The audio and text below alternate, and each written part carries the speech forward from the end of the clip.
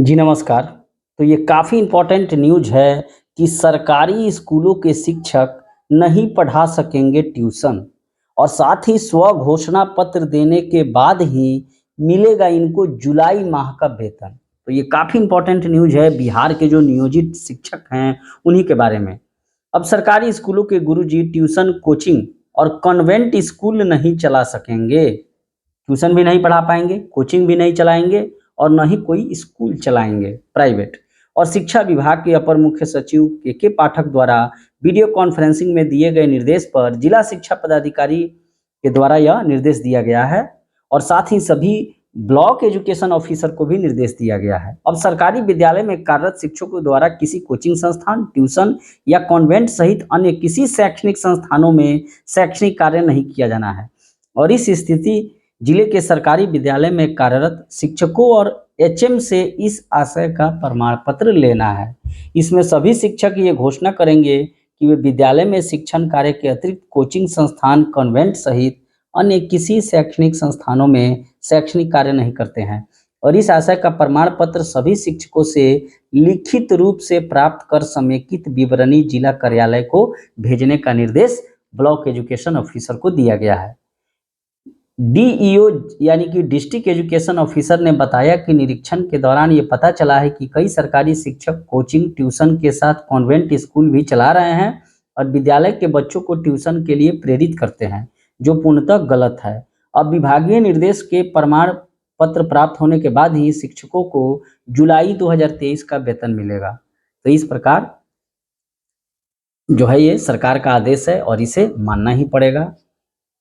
साथ ही एक और इम्पोर्टेंट न्यूज़ है जो निदेशक हैं माध्यमिक शिक्षा के उनके द्वारा सभी जिला शिक्षा पदाधिकारी को 31 जुलाई 2023 को एक लेटर जारी किया गया है जिसमें कहा गया है कि प्राथमिक, मध्यम माध्यमिक, उच्च माध्यमिक विद्यालयों में छात्रों की उपस्थिति बढ़ाने हेतु आवश्यक कार्रवाई करने के संबंध में राज्य के अंदर जिले में हो रहे विद्यालयों के निरीक्षण से संबंधित प्रतिवेदनों की समीक्षा के क्रम में यह परिलक्षित हुआ है कि प्राथमिक, मध्य माध्यमिक, उच्च माध्यमिक विद्यालयों में छात्रों की उपस्थिति में अपेक्षित सुधार हो रहा है। फिर भी यह तथ्य प्रकाश में आया है कि प्रखंड मुख्यालय जहां प्रखंड शिक्षा पदाधिकारी का कार्यालय अवस्थित है, उनकी प्रतिदिन की गतिविधियां जहां संचालित होती है, वहीं के कतिपय विद्यालय में अभी उपस्थिति 50% से कम है, जो विभाग के लिए चिंता का विषय है। प्रतिवेदन के विश्लेषण से अभी स्पष्ट होता है कि प्रखंड शिक्षा पदाधिकारी द्वारा अपने कार्यालय के इर्द गिर्द अर्थात प्रखंड मुख्यालय में अवस्थित प्राइमरी से माध्यमिक स्तर के विद्यालयों में गुणात्मक निरीक्षण नहीं किया जा रहा है, जिससे अपेक्षित परिणाम सामने नहीं आ रहे हैं। यह भी उल्लेखनीय है कि प्रखंड शिक्षा पदाधिकारी के कार्यालयों के सुदृढ़ीकरण एवं निरीक्षण हेतु उन्हें पर्याप्त सुविधाएं मुहैया करा दी गई है। फिर भी प्रखंड शिक्षा पदाधिकारी द्वारा गुणात्मक निरीक्षण नहीं करना, कम से कम प्रखंड मुख्यालय अवस्थित विद्यालयों में छात्रों की उपस्थिति में अपेक्षित सुधार नहीं होने के लिए प्रखंड शिक्षा पदाधिकारी की जिम्मेदारी से मुक्त नहीं किया जा सकता। तो अब शिक्षकों के बाद कहीं ना कहीं ब्लॉक एजुकेशन ऑफिसर पर भी दबाव बढ़ता नजर आ रहा है। ऐसी स्थिति में संपूर्ण तथ्यों पर सम्यक विचारोपरांत निर्देश दिया जाता है कि प्रखंड मुख्यालय में अवस्थित प्राथमिक, मध्य माध्यमिक, उच्च माध्यमिक विद्यालयों में छात्रों की उपस्थिति 50% से कम रहने की स्थिति में वहां के प्रखंड शिक्षा पदाधिकारी के कार्य के प्रति लापरवाही मानते हुए उनका वेतन तत्काल प्रभाव से स्थगित रखने की कार्रवाई करना सुनिश्चित किया जाए। तो कहीं ना कहीं प्रखंड शिक्षा पदाधिकारी, ब्लॉक एजुकेशन ऑफिसर पर भी दबाव बनाया जा रहा है।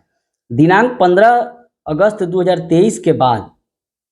प्रखंड के किसी भी प्राथमिक, मध्य माध्यमिक, उच्च माध्यमिक विद्यालयों में 50% से कम उपस्थिति रहने पर संबंधित प्रखंड शिक्षा पदाधिकारियों का वेतन स्थगित करते हुए उनके विरुद्ध कार्य के प्रति घोर लापरवाही एवं आदेश की अवहेलना का आरोप गठित करते हुए कारण परीक्षा करें और उक्त के आधार पर विभागीय कार्रवाई का प्रस्ताव विभाग को देना सुनिश्चित करेंगे। तो इस प्रकार जो है सरकार के द्वारा ये निर्देश दिया जा रहा है कि अब जो है जो भी बिहार सरकार के सरकारी विद्यालय हैं उसमें पढ़ाई अब जोरों शोरों से होगी और साथ ही शिक्षकों के साथ पदाधिकारियों पर भी जो है कार्रवाइयाँ होनी तय है।